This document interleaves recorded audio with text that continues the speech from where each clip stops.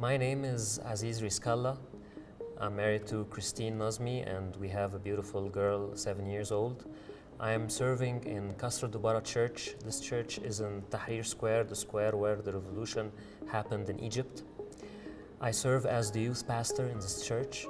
Our youth are around 1,500 in our church. My heart is burning to see those youth and the youth in Egypt coming back to Christ. Pastor Jose Antonio invited me 2 months ago to attend this conference, Head Shows 29. I see the amazing work God is doing in Latin America and especially in Guatemala. We have 3 main goals in our youth ministry. First goal is to reach the unreached youth.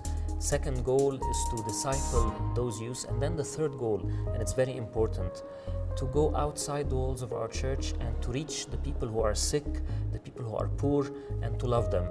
And we teach our youth themselves to do this. So each Friday or each 2 weeks, we gather a group of youth, maybe 15 years old, 16 years old, and we go to distribute sandwiches to the poor people in the street at 8 a.m. in the morning. And then another week, we go to a hospital of cancer patients with our youth to do an act for them or to give them toys, to play with them.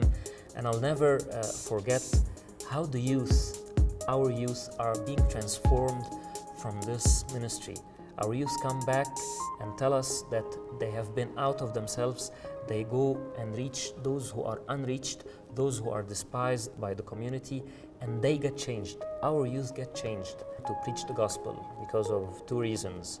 One reason, that people around you will mock you. They will say, you are a fanatic of Jesus, you love Jesus. Another reason, that it's very hard to go in the streets and preach to people you don't know because maybe this will get you in trouble. But I had a third problem. I had stutter in my mouth. When I was in high school and college, I couldn't talk easily. Stutter means that when you talk, you say, I am, my name is Aziz. It has been a lot easier after the revolution. After the revolution, many people in the street are asking about the real hope, a real answer to life's struggles and to life's pain. So whenever you walk in the streets now, people ask you, why do you have hope? Why do you believe in Jesus? Tell us, what do you know? And you start sharing what's in your heart and what's in your life. Hashtag Yo amo su palabra.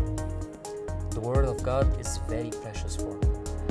When I read the Word of God, it changes my life, it heals me, and I believe that the Word brings happiness, joy, and hope to my life and to your life.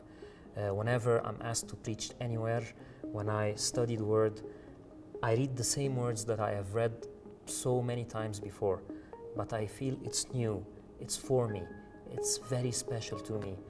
This is why the Word is very special to me, and many times God spoke to me through His Word about things that will happen in the future, and I saw these things exactly happening in the future. And I'll never forget, each time God spoke to me from His Word to tell me, go and do something, I was so blessed when I did what His Word told me to do. Let the bass kick.